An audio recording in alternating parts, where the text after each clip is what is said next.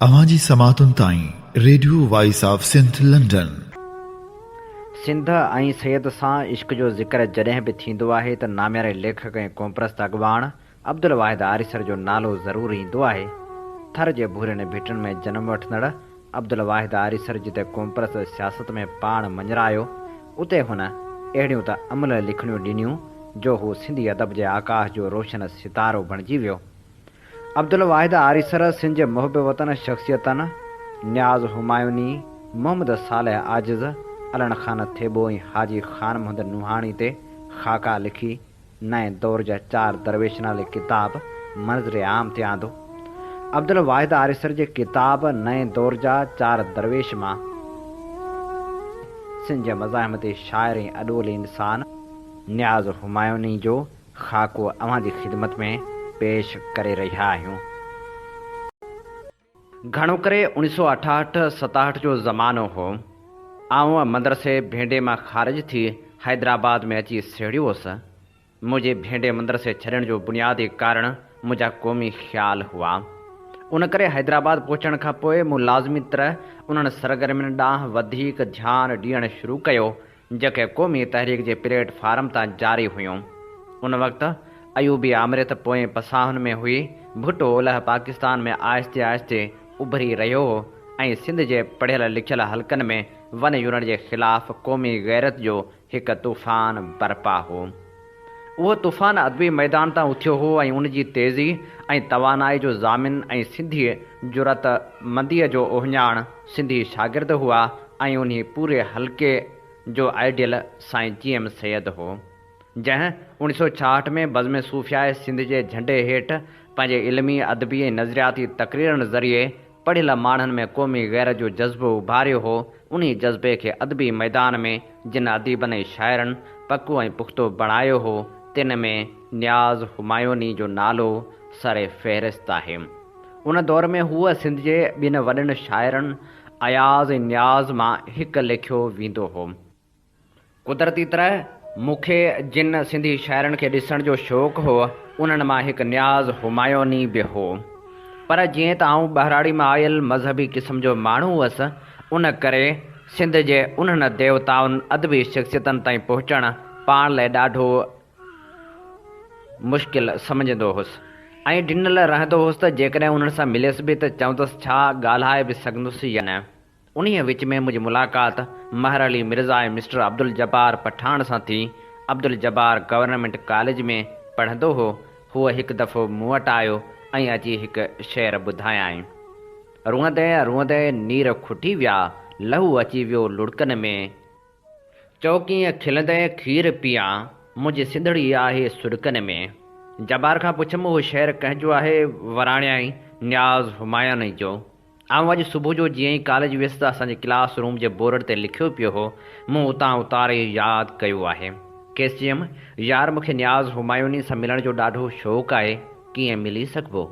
जब्बार चयो त साईं, इहे सिंधी अदीब ॾाढा मथे फिरियल हूंदा अथई, अदब ऐं किताबनि में ॾाढा मज़ेदार, बाक़ी निजी ज़िंदगी में ॾाढा मग़रूर, हठीला ऐं आम माण्हू खां नफ़रत कंदड़ हूंदा अथो। मूं चयो, यार निजी ज़िंदगी में अहिड़ा किरियल माण्हू हेॾियूं ख़ूबसूरत तख़लीक़ करे कीअं था सघनि? उन ॻाल्हि जी हिकु वधीक तस्दीक 1969 में सेंट्रल जेल हैदराबाद में थी।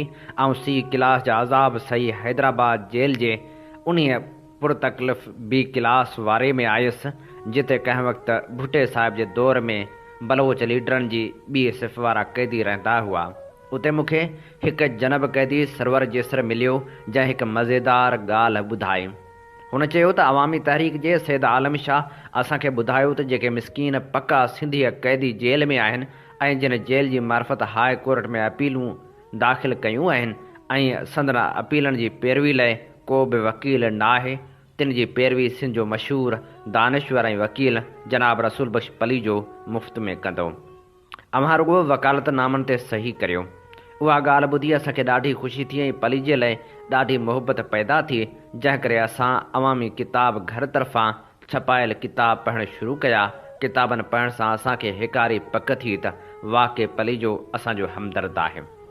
उन करे असां वकालतनामनि ते सही करे पली जे साहिब खे वकील कयो। कुझु ॾींहं खां पोइ पली जो आयो। चए कागज़नि नकलनि टाइप लाइ हज़ार रुपया हर कैदी ॾिए। असां हज़ार रुपया ॾिना। कुझु ॾींहंनि खां पोइ वरी इहे पलिजे अची चयो त फ़ी जा पैसा ॾियो। असां चयो फ़ी छा जी, तो त मुफ़्त में केस लड़ण जो वाइदो कयो हो। तुंहिंजे किताबनि में बि ग़रीबनि जे भले जी ॻाल्हि लिखियलु आहे। एतिरो ॿुधी पलिजो तपी बाह थी वियो। मूंखे तबाहत उन्हनि किताबनि कयो आहे, न पैसो ॾियो न त केस कोन लड़ंदुसि, किताब पिया धूड़ पाइनि। उहा ॻाल्हि ॿुधी मूंखे ॾाढो ॾुख थियो सिंधी अदीब जी ॿैरुखी ज़हनियत ते। हुन जो चवणु हो त शाइरी या अदब कंहिं दौर में ॾात करे लेखियो वेंदो हो, उन दौर में उन्हीअ ॾात जो साहिब दुनिया जो हसास ऐं बेगर्ज़ माण्हू हूंदो हो। पर अॼु अदब ॾात न पर फ़न आहे, ऐं फ़न में माहिर हुजण लाइ माण्हू जो ज़हीन ऐं क़ाबिल हुजणु ज़रूरी आहे। न हसास ऐं बेगर्ज़ जीअं आम तरह सम्झो वेंदो आहे त हिन दौर जो हर वॾो फ़नकार पंहिंजे जेड़नि ऐं जेसन खां वधीक ज़हीन, वधीक होशियार ऐं वधीक क़ाबिल आहे। उन अरसे दौरान सिंधी शागिर्दनि जी गॾियल कोशिश सां बसंत हाल हैदराबाद में सिंध सुर में होशू शीदी जी वरसी मल्हाई वई, जंहिंमें कराची खां खोखरा पार कश्मीर खां कारूंझर ताईं जा समूरा सिंधी शागिर्द, तरक़ी पसंद अदीब ऐं शाइर, क़ौमी कारकुन ऐं हारी अॻवान शरीक थिया हुआ। तक़रीरनि वारी नशिस्त जी सदारत कामरेड हैदर बख्श जतोई ऐं मुशाइरे वारी नशिस्त जी सदारत सिंध जे मशहूरु तरक़ी पसंद शाइर शेख अयाज़ कई हुई। उहो मौक़ियो हो जॾहिं मूं पहिरियों भेरो सिंधी अवाम जे बेमिसाल इतिहाद जो मुज़ाहिरो ॾिठो, जेको ज़िंदगी में कॾहिं बि विसरी न सघंदो। सिंधी अदब जा इंतिहाई रोशन सितारा ऐं सिंधी शागिर्दनि जा इंतिहाई जोशीला अॻवान उते मौजूदु हुआ। बसंत हाल पंहिंजी पूरी तारीख़ में शायदि कॾहिं अहिड़ो मेड़ ॾिठो हुजे। उते मूं पहिरियों भेरो सिंधी ज़ुबान जे बेमिसाल मुक़रर हफ़ीज़ कुरैशी खे ॿुधो। रसूल बख्श पलीजे जी लफ़ाज़ी महसूस कई। जाम साकी मीर थेबे जा मार्क्सी लाड़ा परोड़िया ऐं सिंध जे हारनि जी अज़ीम हॾॾोखी कामरेड हैदर बख्श जतोई जे ख़्यालनि खां वाक़ुफ़ु थियसि। वन यूनिट जे ख़िलाफ़ सिंधी अवाम जे दिलनि में ॿरंदड़ बाह जूं ॼिभियूं कंहिं कहरी कोट खे साड़ण लाइ वराका ॾेई रहियूं हुयूं। अहिड़े मौक़े ते जंहिं बि माण्हू आमरियत ऐं वन यूनिट जे ख़िलाफ़ कुझु कयो या लिखियो थिए, सो हिकदमि सिंधी माण्हू जो हीरो बणिजी थी वियो।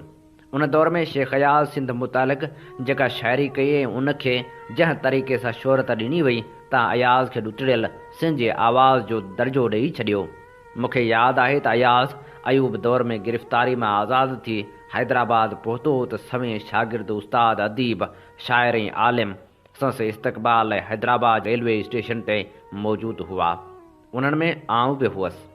अयाज़ जंहिं जलूस जी शक्ल में स्टेशन खां शहीद होशमुंद शीदी जी क़बर ॾांहुं रवानो थियो त केतिरनि जज़्बाती नौजवाननि अयाज़ जे पेरनि जी मिटी खणी पंहिंजे पेशानी ते तिलक तौर लॻाई ऐं अयाज़ जे क़दमनि जे निशाननि ते पंहिंजा सीस निमाया हुआ, छो त हू उन वक़्तु सिंध जो आवाज़ हो।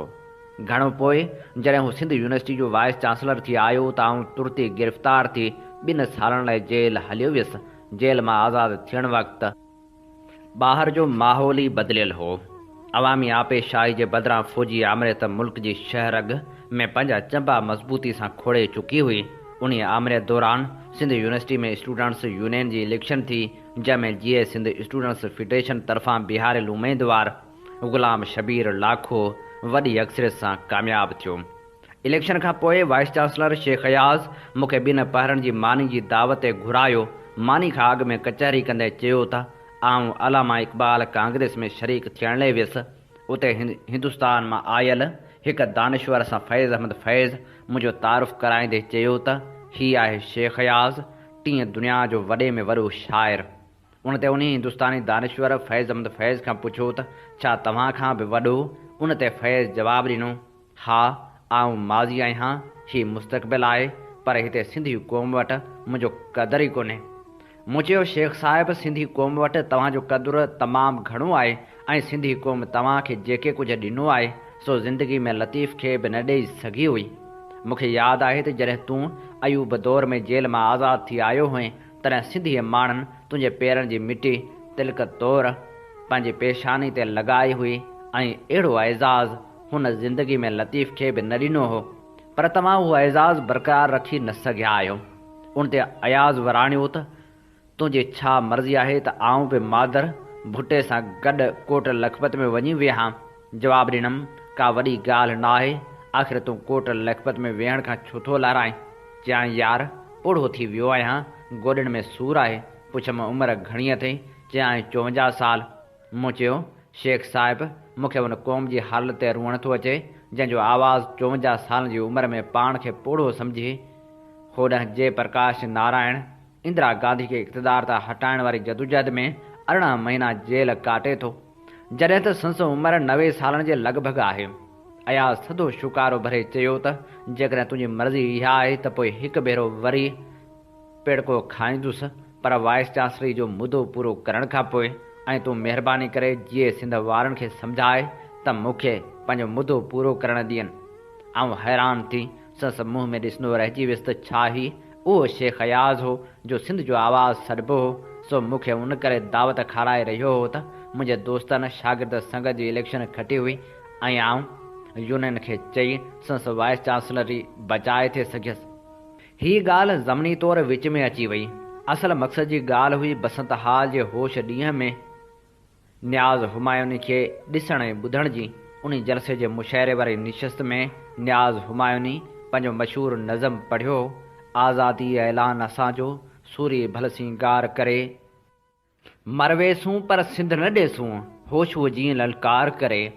सिंध जो मौज़ू शाइरी जी बुलंदी ऐं उन सां गॾु न्याज़ हुमायूनी जी दिलि ऐं दिमाग़ खे घायल कंदड़ तरनम, सफ़ेद खाधे जी शलवार कमीज़ ऐं मुजीब कट जैकेट में मुरकंदड़ चहिरे ऐं ज़हानत सां भरपूर गहरनि अखियुनि वारो न्याज़ हुमायूनी पंहिंजे ठाहियल मख़सूस धुन में शेर पढ़ी रहियो हो। पूरे हाल ते ख़ामोशी तारी हुई। रुगो कंहिं कंहिं वक़्तु न्याज़ जे सुर सां गॾु हाल मां उभरंदड़ ताड़ियुनि जो तुरनम ऐं उन सां गॾु किन हथनि जे ताड़ियुनि सां मिलियल चूड़ियुनि जी छनकार माहौल ते हिकु क़िस्म जो सहर तारी करे छॾियो हो। मूं ईअं महसूसु कयो त आवाम सां गॾु बसंत हाल जूं तारीख़ी दीवारूं बि झूमी रहियूं हुयूं। आसमान शाइर जे जज़्बात जी गहराई ऐं सचाई अॻियां झुकी आयो हो। सितारनि जे अखियुनि में काई अनोखी मुर्क लिया पाइण लॻी हुई। ज़मीन ते इंसान धरती सां पंहिंजे रिश्ते जो अज़ली ऐं अब्दी ऐलान करे रहियो हो त आसमान में सितारा रक़्स करे रहिया हुआ। कंहिं नामालूम काइनात में फ़रिश्तनि खां हमद सना जो तरानो विसरी वियो हो। फ़िज़ा में इंसानी आवाज़ ऐं लफ़्ज़ जे जादू जो नशो तारी थी वियो हो। हैदराबाद जो शहर पंहिंजे पूरी तारीख़ी हैसियत, अहमियत ऐं अज़मत, समूरनि ख़ूबियुनि, दिलकशनि ऐं दिल नवाज़ियुनि तारीख़ जे मिड़नी फ़तहनि ऐं शिकस्तनि सां पंहिंजे फ़र्ज़नि जे लाफ़ाने गीत खे ॿुधण लाइ ईअं मुतवजा हो जीअं पहिरीं राति कुंवार प्यार जे ॿोलण ॿुधण लाइ आती हूंदी आहे। न्याज़ हिक खां पोइ ॿियो नज़म पढ़ंदो रहियो। ताड़ियुनि वधी नारनि जी सूरत इख़्तियार करे वरिती हुई। नौजवान पुरजोश ऐं उमंगनि सां भरपूर नारनि सां बसंत हाल जी छित उॾामण ते हुई। हैदराबाद जी राति पंहिंजो पूरो खुमार ऐं नशो, पंहिंजी पूरी ख़ूबसूरती ऐं कोमलता न्याज़ जे आवाज़ में उते छॾी हुई। ईअं महसूसु थी रहियो हो ॼण न्याज़ जी शाइरी जे जादू में समूरो माहौल मटिजी वियो हुजे त ओचितो हमीद सिंधी स्टेज ते अची कंहिं ॿिए शाइर खे शेर पढ़ण लाइ सॾु कयो। उन वक़्तु मूंखे ऐं मूंसां गॾु ॿियनि ॿुधंदड़नि खे ख़बर पई त खाधे पोश शाइर अंदर में काई अनोखी आग लॻाए स्टेज तां लही चुको हो ऐं असां अञा ताईं संस शाइरी जे पड़लाव ऐं पड़ाॾे जे वायुमंडल में जकड़िया पिया हुआसीं। उन राति न्याज़ जेके शेर पढ़िया तिन जा के हिसा ऐं जुमिला अॻिते हली सिंधी क़ौमी तहरीक जे जानदार नारनि जी सूरत इख़्तियार करे विया। अॼु जेकॾहिं फ़लस्तीन जा शागिर्द सिंधी में को पोस्टर छपाईंदा आहिनि त उन जो उनवान हूंदो आहे न्याज़ जे शेर जो हीउ टुकड़ो, आज़ादी ऐलान असांजो, या जारी रहंदी जंग असांजी जारी रहंदी। उहो हर सिंधी जलसे जो नारो बि आहे। पोइ उहो खणी रूसी कम्यूनिस्टनि जो जलूस हुजे या चीनी कम्यूनिस्टनि जो या सिर्फ़ु क़ौम परस्तनि जो। उहो हो न्याज़ हुमायूनी खे मुंहिंजो पहिरियों भेरो ॾिसणु, जंहिं दिलि ऐं दिमाग़ ते न सिर्फ़ु गहरो असरु छॾियो पर उन सां गॾु उन ॻाल्हि ते बि ईमान आणो पियो त वाक़ई शाइरी में जादू जो असरु हूंदो आहे। हुन जी शाइरी पहिरियों भेरो ॿुधण खां पोइ मूंखे सही माना में मालूम थियो त नई सिंध, वतन दोस्त ऐं तरक़ी पसंदि शाइरी छा थींदी आहे ऐं उन जे मिज़ाज आहंग खे कहिड़ी रीति क़ौमी उमंगनि ऐं उधमनि सां भरपूर बणाए सघिजे थो। सिंधी जी जदीद शाइरनि खे पढ़ण खां पोइ मूंखे ख़बर पई त मुल्क जे विरहाङे अंग्रेज़नि जे वञण खां पोइ समूरे बर सग़ीर में बहितरीन ऐं लाज़वाल शाइरी सिर्फ़ सिंधी ज़ुबान में थी आहे, जेका नव आबादियाती निज़ाम जे ज़ंजीरनि में जकड़ियल अवाम जे तख़लीक़ी शऊर जे ज़ोरदार घिन घुर्ज आहे। उहा शाइरी उन्हनि जे अहसासनि ऐं उमंगनि जी तर्जमान आहे। उन्हनि सिंधी शाइरनि में नियाज़ हुमायूनी सरे फ़हिरिस्त आहे। हुन जूं शाइराना अज़मतूं हिकु मुख़्तसर टोले ॼाणे वारे नज़रअंदाज़ करण जी कोशिशि कई ऐं वक़्त जी सितम ज़रीफ़ी वरी ही जो प्रोपेगेंडा ऐं नशर व अशात जा समूरा वसीला ऐं ज़रिया उन निढड़े मख़सूस टोले जे हथ में हुआ ऐं आहिनि। हूअ हिके वक़्तु रिजत पसंदनि ऐं सिंधी अदब जे दस्तार बंदनि जे इंतकामी कारवायुनि जो निशानो बणियल रहियो आहे। जेतोणीकि सिंधी ज़ुबान जी जदीद शाइरी जे कंहिं बि नक़ाद लाइ न्याज़ खे नज़रअंदाज़ करे अॻिते वधणु नामुमकिन आहे। वन यूनिट जे ख़िलाफ़ तहरीक वन यूनिट जी मुखालफ़त खां अॻिते वधी सिंधी नेशनलिज़म जो रुख़ इख़्तियार कयो ऐं उहो रुख़ एतिरो वधियो जो उन जी लपेट ऐं रुख़ में सिंधी मुआशिरे जो हर तबिको ऐं फ़र्द अची वियो। आऊं त अॻु में ई उन रंग में रंगजी चुको हुअसि। उन वक़्तु धारे सिंध उन तहरीक जे ख़िलाफ़ मज़हबी प्लेटफार्म तां ज़ोरदार हमला थी रहिया हुआ। उन करे मूं किन दोस्तनि सां मशवरो करे हिकु ईद कार्ड छपायो, जिते मौलाना उबैदुल्ला सिंधी जो हिकु कोल लिखियलु हो त सिंध सिंधियुनि जी आहे। उन में आऊं हुसैन अहमद मदनी खे बि रहणु कोन ॾींदुसि। उहो कार्ड खणी असां शहर ऐं तालीमी इदारनि में विरहाइणु शुरू कयो। उन वक़्तु वन यूनिट जे ख़िलाफ़ तहरीक जे सिलसिले में ख़ालिद सिंधी ऐं मीर थेबे हैदर चौक में बुख हड़ताल कई हुई, जिते हर वक़्तु अदीबनि शाइरनि ऐं शागिर्दनि जो मेड़ मतल हूंदो हो।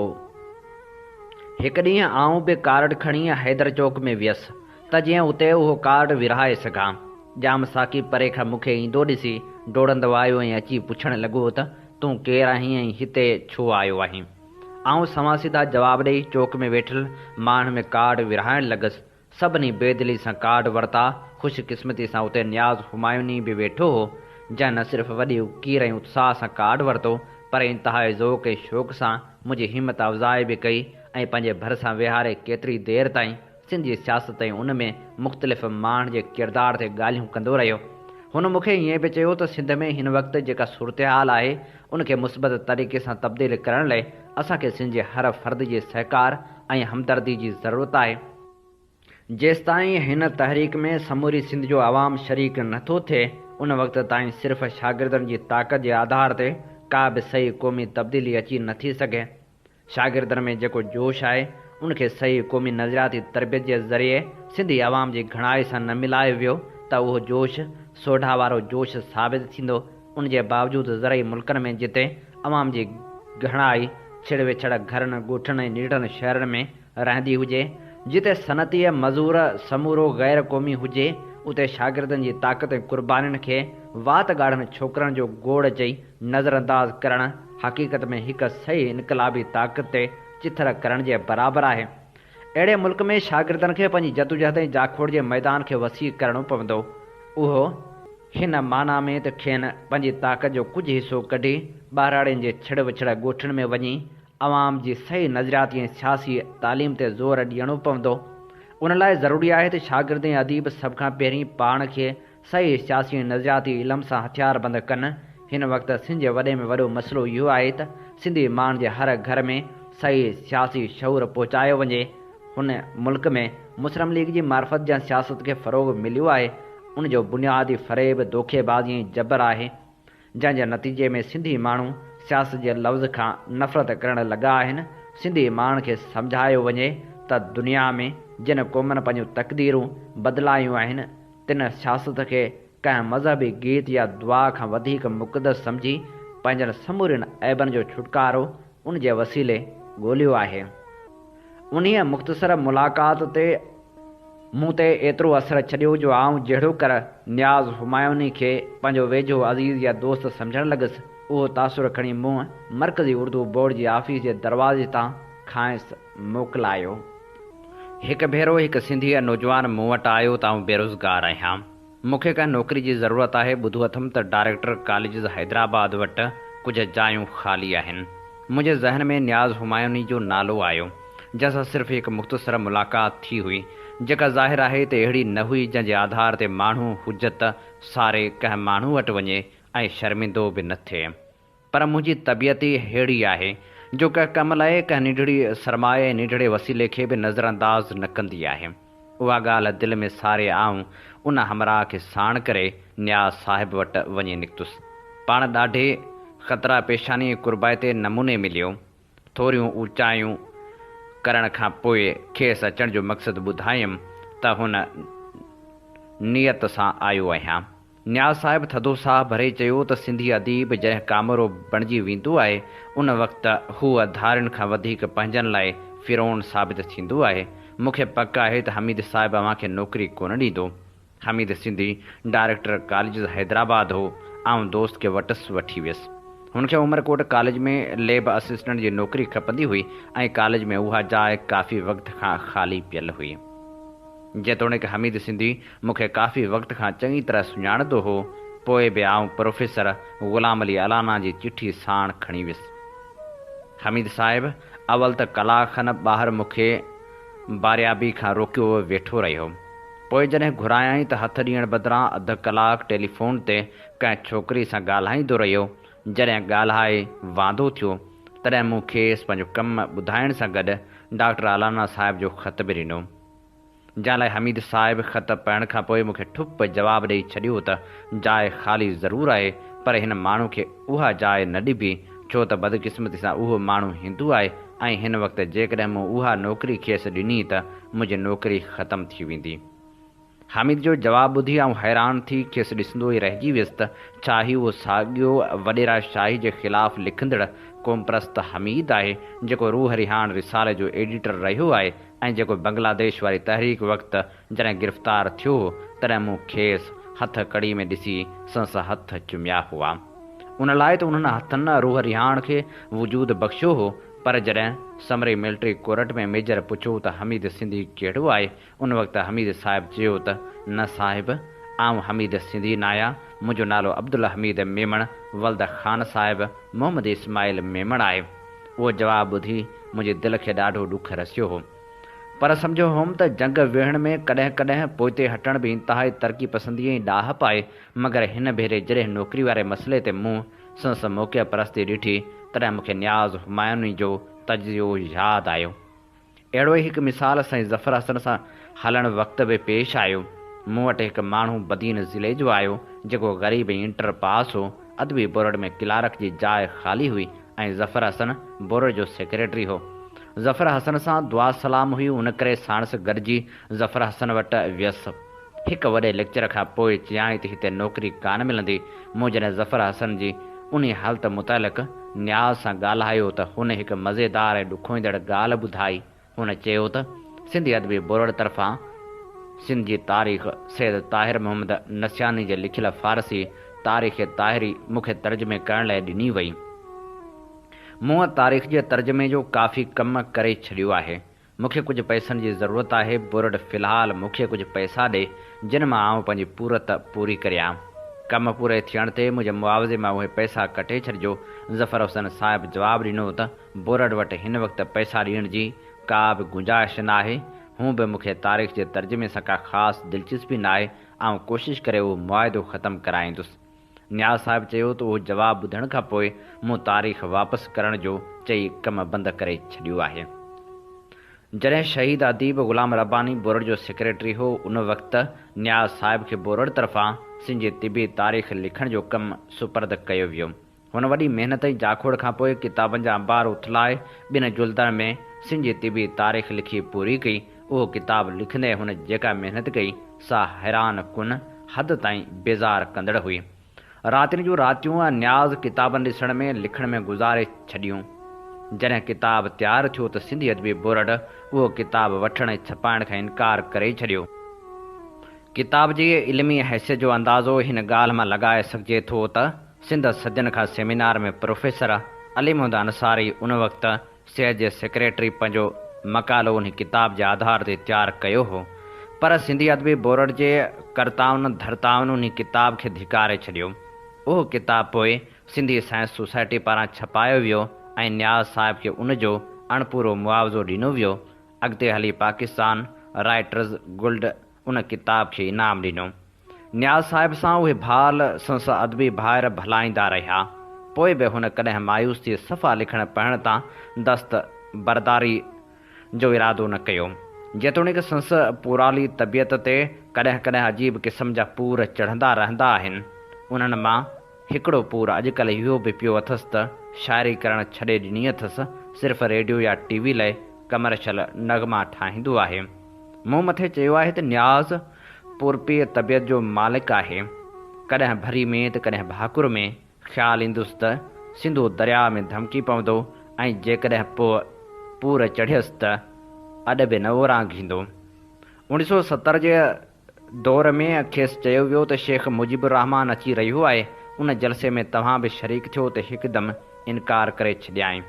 पर जॾहिं बांग्लादेश में फ़ौजी एक्शन शुरू थियो ऐं सिंध जा चोटी जा अदीब ॿिरनि में दाख़िल थी विया ऐं उन वक़्तु जॾहिं तेल जे बदिले पाणी पे ॿरियो, रेडियो पाकिस्तान हैदराबाद ते हिकु मुशाइरो थियो जंहिंमें न्याज़ हुमायूं खे बि दावत ॾिनी वई ऐं न्याज़ उते हिकु अलामती शेर पढ़ियो, आॾा डूंगर ॾाढा लाड़े सो भला सहसाए केरु, दुनिया पंहिंजी धुन में पूरी रोंदनि खे पर चाहे केरु। शेर तमामु डिघो हो, जंहिंमें उन वक़्त जे बंगालियुनि जी जदोजहद खे शानदार ख़िराज तहसीन पेश कयो वियो हो। उहो शेर मूं रेडियो तां कोन ॿुधो, पर मुंहिंजे हिकु वाक़ुफ़ हाजी अहमद शोरे ॿुधो हो, जंहिं मूंखे ॿुधायो त शेर ॿुधण खां पोइ असां ईअं सम्झो त सुभाणे न्याज़ खे गिरफ़्तार कयो वेंदो, पर शायदि अरबाब हुकूमत खे एॾो अदबी फ़हम न हो जो उहे इन शेर में लिकियल ललकार खे सम्झी सघनि। न्याज़ बुनियादी तरह सोशलिस्ट ख़्याल ऐं लाड़ा रखंदड़ आहे, पर संस सोशलिज़म ते बैनुल अक़वामियत खां वधीक सिंधीअ क़ौमी रंग चढ़ियल आहे। उन करे संस अदबी तख़लीक़नि में कॾहिं बि सिंध जी मोहबत झकी ऐं झीणी न थी आहे। हिन वक़्तु सोशलिस्ट फ़र्द ऐं पार्टियूं ॿिनि इलाइक़नि में विरहायल आहिनि, हिकु मदरसे सां वाबस्ता ऐं ॿिया चीनी नज़रिए जा हामी। न्याज़ हुमायूनी उन्हनि शाइरनि ऐं अदीबनि जे क़ाफ़िले सां लाॻापियल रहियो आहे जिन दुनिया जे पहिरें सोशलिस्ट मुल्क जी तारीफ़ में बेपनाह तख़लीक़ी सरमायो ईजाद कयो। उन करे हू चीन जे मुक़ाबले में हमेशह रूस खे मज़लूम ऐं महकूम क़ौमनि, मुल्कनि ऐं तबक़नि जी निजात रहंदे सम्झंदो रहियो ऐं संस हमदर्दियूं बि हमेशह रूस सां वाबस्ता रहियूं। पर जीअं मूं मथे अर्ज़ु कयो आहे त उन मामले में बि हूअ सिंध खे हमेशह अवलियत ऐं अहमियत ॾींदो आहे। सन यादि कोन अथमि रूसी सिफ़ारतखाने तरफ़ां लेनिन जी सालगिरह ते मज़मूननि ऐं शहरनि जे इनामी चटाभेटी जो ऐलान थियो हो। उन चटाभेटी में न्याज़ साहिब बि हिसो वरितो ऐं लेनिन ते हिकु नज़म अज़ीम उस्ताद अज़ीम इंसान चयाईं, जंहिं नज़म खे इनाम जो मुस्तहिक़ करार ॾिनो वियो ऐं रूसी सफ़ीर हैदराबाद में अची हिकु तक़रीब अंदरि अदीबनि खे इनाम सां नवाज़ियो हो।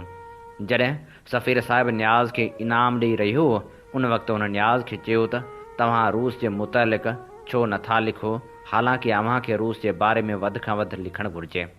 न्याज़ साहिब जवाबु ॾिनो त आउं पहिरीं सिंधी आहियां, पोइ सोशलिस्ट आहियां। जॾहिं हुन मुल्क ते वन यूनिट मुसलत कयो वियो, उन वक़्तु वन यूनिट जी हिमायत ऐं फ़ाइदे में अव्हां जी सरकार अख़बार परावरा एडिटोरियल लिखिया। असांखे रूस मां अहिड़ी तवक़ न हुई। उन ॾींहं खां वठी रूसी पॉलिसी जे बारे में मुंहिंजी का सुठी राय न रही आहे। सफ़ीर मौसूफ़ जवाबु ॿुधी चुप थी वियो ऐं चयाईं उहा पार्टी पॉलिसी न पर सरकारी पॉलिसी हुई जेका पोइ बदिलाए वई।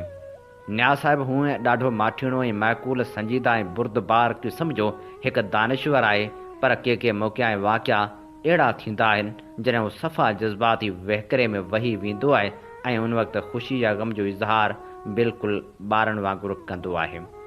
12 डिसंबर 1971 जी राति आउं न्याज़ जे घर वियुसि। न्याज़ लिखण पढ़ण वारे कमरे में रेडियो सां कन लायो वेठो हो। मूंखे ॾिसणु शर्त बेपनाह ख़ुशी में टिप ॾेई उथी अची मूंखे भाकुर पाताई, चए तारीख़ जी अज़ीम फ़तह, बांग्लादेश आज़ादु थी वियो। जेको कमु सैरवर्दीअ करे न सघियो सो मुजीब करे ॾेखारियो ऐं इंदिरा गांधी जवाहरलाल खां उहा खणी वई। ॿी जंग अज़ीम खां पोइ कंहिं बि मुल्क एॾी फ़तह हासिलु न कई आहे जॾहिं हिंदुस्तान वरी मूड में अची चवणु लॻो उहा फ़तह हिंदुस्तान जी न पर बंगाल जे अज़ीम अवाम जी आहे, मुजीबुर रहमान जी सियासत जी आहे। पोइ उहा पूरी राति असां ॿई हिक अनोखे नशे ऐं सरूर में वेठा रहियासीं। बरे सग़ीर जी तारीख़ हुई, मुख़्तलिफ़ शख़्सियतूं ऐं तहरीकूं हुयूं, काबिज़ ऐं ज़ालिम टोलनि जा कोस ऐं कीस हुआ, ज़ुल्म ऐं जबर जा दास्तान हुआ ऐं उन्हनि जे ख़िलाफ़ मुहब वतन अवामी लीडरनि जा एहतजाज, ललकारूं, हमला ऐं हलाऊं असांजी गुफ़्तगू जो मौज़ू हुआ। उहो पहिरियों भेरो हो जो न्याज़ मूंखे संस उहे शहर जेके आज़ादी जे बारे में हुआ, हदीस ऐं साम्राज, दुश्मनी जे अलम बरदारनि, नासिर ऐं लोमोहबा जे मुतलिक़ हुआ, से ॿुधाईंदो रहियो। जॾहिं मूं पैगाम रिसालो कढियो हो, उन वक़्तु न्याज़ खे चयो हुउमि त रिसाले लाइ को मज़मून लिखी ॾियो। पूर में अची इनकार करे छॾियाई, चए हिकु ॿ परचा कढो, आउं रिसाले जो मयार ॾिसी पोइ मज़मून लिखंदुसि। पहिरियों परचो अञा प्रेस में ई कोन हो त यकदमि मज़मून लिखी ॾिनाई, यादियुनि जा जज़ीरा। अॻिते हली पैगाम में उहो मुस्तक़िल उनवान बणिजी वियो ऐं न्याज़ साहिबु न रुॻो मज़मून लिखी ॾींदो हो, पर संस घर खे पैगाम जी आफ़ीस तौरु बि इस्तेमालु कंदा रहियासीं, जिते असां ॿिन्ही खां वधीक कमु न्याज़ साहिब जी घरवारी शीरीन कंदी हुई। वीपी मोकिलणु, पैसा वसूल करणु, समूरी सिंध मां ईंदड़ टपाल संभाले रखणु, उहो समूरो कमु शीरीन कंदी हुई, जंहिं करे आउं काफ़ी महिनत खां छुटी पियुसि। उन अरसे दौरान पैगाम खे माली तरह मज़बूत करण लाइ न्याज़ साहिब न रुॻो पंहिंजनि दोस्तनि, वाक़ुफ़कारनि ऐं अक़ीदतमंदनि खे माली मदद करण लाइ आमादा कंदो रहियो, पर किन दूर दराज़ जायुनि ते वेठल संस दोस्तनि वटि मूंखे वठी वेंदो हो। अहिड़ो हिकिड़ो सफ़र असां डॉक्टर हकीम सोलंगी वटि वञण लाइ पडीदन ताईं कयो। हकीम सोलंगी जेतोणीकि असांजी ॾाढी ख़िदमत चाकरी कई, पर का बि मदद न कयाईं। उन ॻाल्हि न्याज़ जी हसास दिलि ते ॾाढो असरु कयो ऐं केतिरो वक़्तु हू सिंधी क़ौम जे पढ़ियल लिखियल तबिके जी बेहसी लापरवाही खे गारियूं ॾींदो रहियो। चए हीअ क़ौम कॾहिं बि सुधरी नाहे, ख़ामख़ा पंहिंजी ज़िंदगी तबाह करणी आहे। जंहिं क़ौम अला बख़्श सुमरे शहीद सिंध खे न सुञातो, उन जे मुक़ाबले में खोड़े जहिड़ो गद्दार वतन दुश्मन ऐं क़ौम फ़रोश सिंधियुनि जो हीरो बणिजी वियो, ऐं जिन वटि GMC जे मुक़ाबले में वन यूनिट जो पासदार भुट्टो वधीक मक़बूल ऐं महबूब आहे, उन्हनि सां मथो हणणु वक़्तु वञाइणु बराबरि आहे। ऐं संस कावड़ अॻियां थधो थी चवंदो रहियुसि त पोइ छा माठ करे वेही रहिजे ऐं क़ौम खे पंहिंजे हाल ते छॾे ॾियणु घुरिजे, त हिकदमि जोश में अची चवंदो त ईअं हरगिज़ न थियणु घुरिजे। अॼु ताईं हीअ क़ौम ज़िंदा सिर्फ़ु सिंध उन्हनि गुमनाम ऐं नामवर फ़र्ज़ंदनि जे क़ुर्बानी जे वसीले आहे, जेके वसीलनि जी अणाट हूंदे बि पंहिंजनि क़ुर्बानीनि ऐं कोशिशनि सां असांजी ऊंदाही तारीख़ खे रोशनी बख़्शे विया। जेकॾहिं उन्हनि जूं क़ुर्बानियूं न हुजनि हा त हीअ क़ौम कॾोकी ख़तमु थी वञे हा।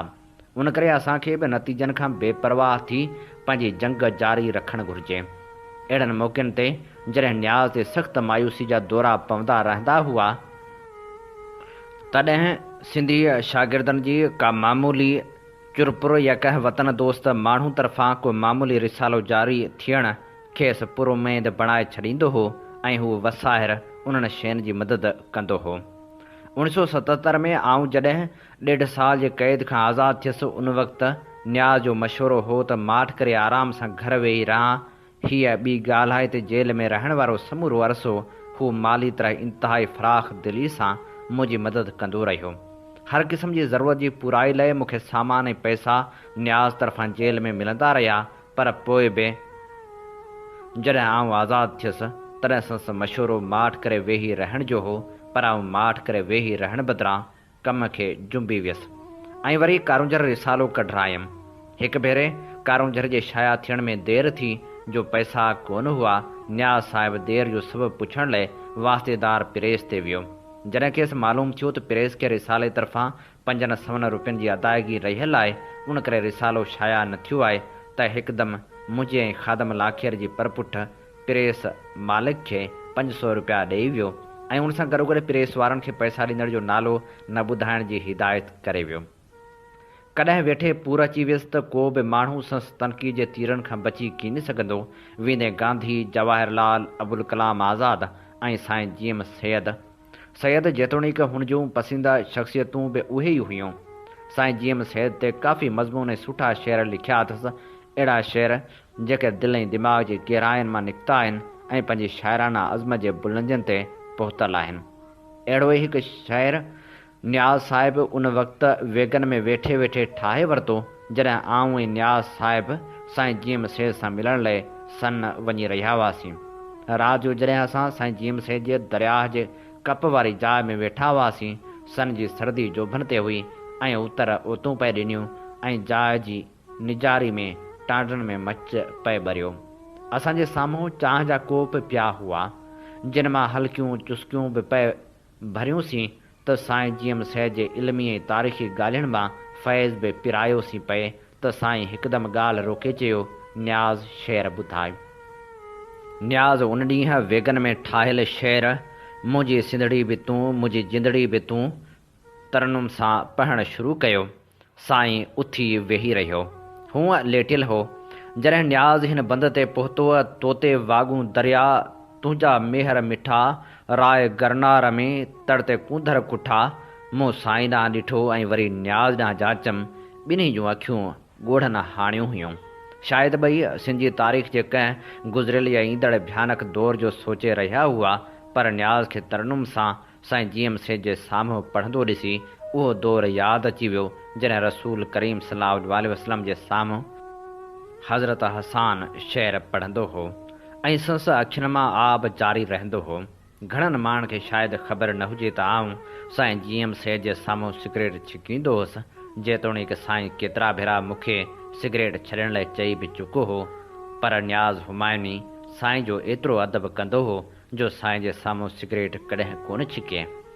ईअं हिकिड़े पासे अदब जो उहो आलम त ॿिए पासे मूड में अची पंहिंजी ऑफिस में साणुसि मिलण लाइ ईंदड़नि सां ॻाल्हियूं कंदे साईं ते तनक़ीद बि कंदो रहंदो हो। उन तनक़ीद मां माण्हू सम्झंदा हुआ त न्याज़ जीएम सेठ जो मुखालिफ़ आहे। उन ग़लति फ़हमी जे शिकार थियल संस हिकु दोस्त सां ॾाढी तहदी कयाईं। हिकु भेरे हुन पंहिंजे हिकु दोस्त मोहम्मद याकूब जतोई नवाब शाह वारे खे मानी जी दावत ॾिनी। ॿिनि पहरनि वारी मानी वक़्तु मोहम्मद याकूब आयो ऐं न्याज़ जे मुताले वारे कमरे में कचहरी शुरू थी। कचहरी हलंदे मोहम्मद याकूब खे खुटी खयो जो हुन वली ख़ान जे इश्क में अची साईं जीएम सेठ लाइ चयो त सैयद मुखालफ़त ऐं नज़रबंदी जो ढोंग रचायो, मज़े सां घर में वेठो नज़रबंदी अलाउंस वसूल करे। बसि साईं याकूब जो एतिरो चवणु ऐं न्याज़ हुमायूनी जो कावड़ जे बुलंदियुनि ते पहुचणु। चए, तूं इंतिहाई कमीणो ज़लील कम ज़र्फ़ जो माण्हू आहीं। उथ हींअर जो हींअर मुंहिंजे घर मां निकर, न त मोचड़ा हणंदो साईं। आऊं मानी जो गिराए बि तोखे खाराइणु हराम थो सम्झां। वीचारो याकूब उथी रवानो थी वियो। मानी उते रहिजी वई। न्याज़ साहिब खे संस घरवारी ऐं धीउ घणो ई सम्झायो, पर हमरा सफ़ा मच्छरजी पियो। चए, हिन कमीणे खे ख़बर न आहे त आऊं जीएम सेठ खे न सिर्फ़ु पंहिंजो रहबर ऐं रहनुमा थो सम्झां, पर पंहिंजी ख़ुशी जो मालिक बि सेठ खे सम्झां थो। धीणसि अनजम चयो, बाबा, साईं जी मुखालफ़त त कॾहिं कॾहिं अव्हां बि कंदा आहियो। न्याज़ साहिब खे पंहिंजी धीउ सां ॾाढो प्यारु आहे। तंहिंखे सम्झाइणु लॻो, चरी, आऊं जॾहिं मुखालफ़त कंदो आहियां उहा ईअं हूंदी आहे जीअं कंहिं वली या शाइर जी ख़ुदा सां शिकायत। सैयद ई आहे जंहिंजे वसीले मुंहिंजो ईमान सिंधी क़ौम जे बहितर मुस्तक़बिल ते पको थियो आहे, न त सिंध जे सपूत अला बख़्श जी शहादत ऐं पाकिस्तान जे क़याम बाद असां ज़रे घटि मायूस थी विया हुआसीं। उहो सैयद ई आहे जंहिंजी अज़मत खे ॾिसी मूं बेइख़्तियार दिलि जे गहराइनि सां पंहिंजे अक़ीदे ऐं ईमान जी रोशनी में चयो आहे, तोखे ॾिसणे थियो वेसाह ॼाए ख़ुदा, सिंध जीअंदी सदा, सिंध जीअंदी सदा। शाम जो आऊं साणुसि मिलियसि त सारी ॻाल्हि ॿुधाए चवणु लॻो त आऊं हर ॻाल्हि बर्दाश्त करे सघां थो, पर सैयद जी मुखालफ़त ॿुधणु मुंहिंजे वस खां ॿाहिरि आहे। जॾहिं को माण्हू साईं जीएम सेठ ते वाहियात क़िस्म जा इल्ज़ाम हणंदो आहे, उन वक़्तु आऊं आलम शाइर मां बदिलजी हुमायूं संस ॻोठ जी ॼट बणिजी वेंदो आहियां। हा, उहो ॼट जंहिंजे लाइ हशर चयो हो, ॼट कोडर आहे, ॼट कुहाड़ी आहे। आऊं बि उन वक़्तु कुहाड़ी में हथु विझंदो आहियां। मूं चयो, उहो त ठीकु आहे, पर घर में आयल महिमान सां अहिड़ी हालत इख़्तियार करणु सिंधी रिवायत जे ख़िलाफ़ु आहे। मुंहिंजे एतिरे चवण ते ॾमरजी पियो। हर रिवायत सही न हूंदी आहे। हर क़ौम वटि के शख़्सियतूं पंहिंजनि समूरनि अक़ीदनि ऐं रिवायतुनि खां बुलंद थींदियूं आहिनि। जेकॾहिं रूस में वञी को रिजत पसंदि लेननि ते लानत मलामत करे त छा रूसी उनखे माफ़ करे छॾींदा? या हिंदुस्तान में अची को इंसान दुश्मन शख़्सियत महात्मा गांधी ते गारियुनि जा वसकारा करे त हिंदुस्तानी अवाम उन करे माठ करे वेही रहंदो त उन बदज़ुबान ऐं लोफर खे कुझु चवणु संस रिवायत जे ख़िलाफ़ु आहे। अहिड़नि मौक़नि ते रवादारी, एहसान फरामोशी ऐं कमीणप जो ॿियो नालो आहे। मुंहं में वधीक कुछण जी सघ न रही, सो माठ करे वेही रहियसि। साईं जीएम सैद जे मामले में न्याज़ हुमायूनी जो पूरो घर इंतिहाई जज़्बाती आहे। न्याज़ साहिब जे घर में वेही तव्हां हर मौज़ू ते ॻाल्हाए सघो था, पर साईं जीएम सैद जे ख़िलाफ़ अखर बि कुछी नथा सघो। न्याज़ साहिब जे पाड़े में हिकिड़ो अब्बासी रहंदो हो, जंहिंखे बुक स्टॉल हो। उहो अब्बासी ज़हनी तरह साईं जीएम सैद जे ख़िलाफ़ हो। ॿिन्ही जा फ्लैट गॾो गॾु हुआ। अब्बासी वीचारो पाण कंहिं हद ताईं न्याज़ साहिब जी तबियत खां वाक़ुफ़ु हो, सो साईं जे ख़िलाफ़ कोन पुछंदो हो। पर संस ज़ाल हिकु भेरो न्याज़ जे घर अची शीरीन सां कचहरी कंदे साईं जे बारे में को गुथो अखर ॻाल्हायो। उहो अखर ॿुधण शर्त शीरीन न्याज़ साहिब जी घरवारी मछरियल शींहं वांगुरु उन माई खे वराए वई, हिकदमि घर मां कढी छॾियाईं ऐं अॻिते लाइ सदाईं साणस अहिड़ी तइदी कंदी रही जो तंग थी उन अब्बासी खे उन घर मां लॾणो पियो। न्याज़ साहिब जे भरिसां असां ॿिन्ही जो दोस्त मिस्टर अमानुल्लाह बलोच रहंदो हो। हूअ ज़हनी तौरु पीपल्स पार्टी सां वास्तो रखंदड़ हो, पर साईं जीएम सैद जे बारे में ॾाढो मुहतात हूंदो हो। पोइ बि जॾहिं शीरीन खे ख़बर पवंदी हुई त उनजे घर में कॾहिं कॾहिं साईं जीएम सैद जे ख़िलाफ़ ॻाल्हि थिए थी त अमानुल्लाह खे कुझु कोन चवंदी हुई, पर अमानुल्लाह ख़ान जी घरवारी ऐं संस ससु, जंहिंखे असां सभु नानी चवंदा हुआसीं, जी शामत अची वेंदी हुई। भुटे साहिब जी गिरफ़्तारी खां पोइ अमानुल्लाह ख़ान रोज़ाना मेहराण में नौकरी कई। मेहराण अख़बार पीपल्स पार्टी ऐं भुटे साहिब जी सख़्तु मुखालफ़त कंदी रही आहे ऐं करे थी पई। सिंध में जेको गंद भुटे साहिब जी शख़्सियत ते अख़बार मेहराण उछलायो आहे, एतिरो किरियल ज़हनियत जो मुज़ाहिरो ॿिए कंहिं कोन कयो आहे। अॻिते हली तरक़ी पसंद सहाफ़ियुनि जी तहरीक वक़्तु सरकार हिकु पॉकेट यूनियन सहाफ़ियुनि जी ठहिराई, जेका तरक़ी पसंद सहाफ़ियुनि जे मुक़ाबले में मार्शल इंतिज़ामिया जी हामी हुई। अमानुल्लाह ख़ान उन यूनियन में शामिल थी वियो। उहा ख़बर शीरीन खे पई। हिकु ॾींहुं अमानुल्लाह खे सॾे चवणु लॻी, अदा शर्म नथो अचे, पंहिंजे क़ाइद जे कफ़न जा पुर्ज़ा उॾाइण वक़्तु को हया बि ईंदो अथो। पेट जी बंदगी बि एतिरे हद ताईं जो शराफ़त, इंसानियत, वफ़ादारी, पार्टी जे अख़बारनि वसीले वरितल फ़ाइदा का बि शइ तोखे रोके नथी सघे। अखियुनि ते चर्बी चढ़ी वई अथई। उन किरदारु अदा करण खां त चङो हो जो बुख विघे आबखाद करी हा, या कुझु तो खणी सिंध में पिनी हा, त बि सिंधी माण्हू तोखे बुख मरण कोन ॾियनि हा। अमानुल्लाह ख़ान अहिड़ो कुछे जहिड़ी भित। मूंखे जॾहिं इहा ख़बर पई त ॾाढो ॾुख थियमि त शीरीन खे अमानुल्लाह सां अहिड़ो रवैयो इख़्तियार न करणु घुरिबो हो, छो त अॼु जे सहाफ़ी जो को बि असूल न थींदो आहे। असूल जी हाम में सभु उघाड़ा आहिनि, त पोइ अमानुल्लाह जो कहिड़ो ॾोह। पर शीरीन खे सहाफ़ियुनि जे असूली जी ख़बर कान्हे। अंजम न्याज़ जी धीअ वरी उन मामले में का पुठिते रहण वारी आहे छा? कॉलेज में का बि छोकिरी साईं जे ख़िलाफ़ कुझु चवंदी आहे त उन सां असली ॻंढिजी वेंदी आहे। पोइ उन मामले में कॉलेज मां स्टेकेट थियण या का ॿी सज़ा मिलण जी ज़रे जेतिरी परवाह न कंदी आहे। हिकु भेरो ॿिनि पहिरनि जो आऊं न्याज़ साहिब जे मुताले वारे कमरे में वेठो हुउसि त अंजम असली मींहं वाज कंदी आई। मुंहुं टामणी हयल पघर में शल ईंदे शर्त किताब खटते उछलाईंदे चवणु लॻी, आऊं अॼु ई बाबा खे चई कंहिं ॿिए कॉलेज में दाख़िला वठंदसि। हिन कॉलेज में पढ़णु मुंहिंजे वस खां ॿाहिरि आहे। हीउ कॉलेज कमीणनि जो आहे, ज़रो बि क़ौमी हया या शर्म कोन अथनि। मूंसां मासूमियत भरियल कावड़ ते खिलंदे चयो, ख़ैर त आहे, मार्कूं घटि मिलियूं आहिनि छा? मार्कनि जी मुंहिंजी जुती खे बि परवाह न आहे, बाक़ी छा थियो? मूं चयो, हूअ छोकिरी आहे न मेमण, ओ हूअ। बाबा कहिड़ी? आऊं को तुंहिंजे कॉलेज जी सभिनी छोकिरियुनि खे सुञाणा थो छा? ख़ैर छोकिरी जो नालो ॿुधाए चवणु लॻी त उहा अॼु साईं जे ख़िलाफ़ पई ॻाल्हाए। मूं छंड कढीमांसि त हिकदमि असांजे क्लास टीचर वटि वई। क्लास टीचर पिणु साईं जी मुखालफ़त में उन छोकिरी जो तरफ़ वरितो ऐं मूंखे चयाईं, अव्हां सभु काफ़िर आहियो। हाणे तव्हां ई ॿुधायो त अहिड़े कॉलेज में आउं कीअं पढ़ी सघंदुसि? का छोकिरी अंजम जी केॾी बि सहेली छो न हुजे, पर जेकॾहिं उनजा ख़्याल साईं जे बारे में ठीकु न हूंदा त अंजम जी उन सां दोस्ती ख़तमु, लाॻापा काटा ऐं सभु नाता पूरा। न्याज़ न सिर्फ़ु सियासी लिहाज़ खां साईं जीएम सैद जो, पर माली क़ुर्बानी जे ख़्याल खां बि पिणु संस न्याज़मंद आहे। साईं पंहिंजे किताब जो न्याज़ खां फ़ारसी में तर्जुमो करायो। जंहिं लाइ 2000 रुपया मुआवज़ो रथियल हो।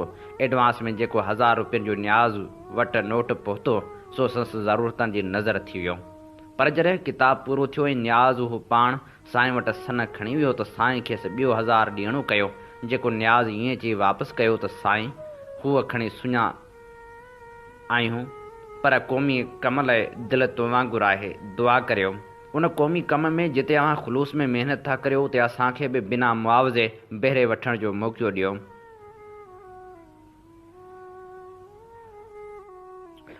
न्याज़ जी कावड़ ऐं गुस्से खां बि ख़ुदा पियो पनाह ॾिए। ऐं जॾहिं बि साण सफ़र कंदो आहियां त दिलि में दुआ घुरंदो रहंदो आहियां त ख़ुदा करे सफ़र दौरान का ॻाल्हि न्याज़ जी तबियत ऐं मिज़ाज जे ख़िलाफ़ु न थी पवे। जेकॾहिं ईअं थियो त पोइ झगड़ो लाज़मी थींदो। न्याज़ पंहिंजी सघारी हकीमाना जिस्म ज़रिए घणो कुझु सही सघे थो, पर आउं सिंगल पासरी माण्हू त हिकु धक में ई पूरो थी वेंदुसि। उन करे न्याज़ सां सफ़र कंदे मिड़ई लहिराईंदो आहियां। पोइ बि कॾहिं कॾहिं सफ़र करणो ई पवंदो आहे ऐं अहिड़े सफ़र में झगड़े खां बचासीं त जहिड़ो मुजिज़ो थियो। पर न्याज़ सां सफ़र कंदे अहिड़ा मुजिज़ा तमामु घटि थींदा आहिनि जो असां सही सलामत बिना कंहिं जहिड़े झगड़े जे मोटिया हुजूं। हीअ ॿी ॻाल्हि आहे त हूअ अहिड़े मौक़े ते न्याज़ जे मख़सूस वाज़ह कत ऐं लिबास ठठ धिके या बॉक्सिंग जे मुक़ाबले जी नौबत अचणु न ॾींदा आहिनि। ऐं आउं शुक्र कंदो आहियां त जान बची लख खटियोसीं।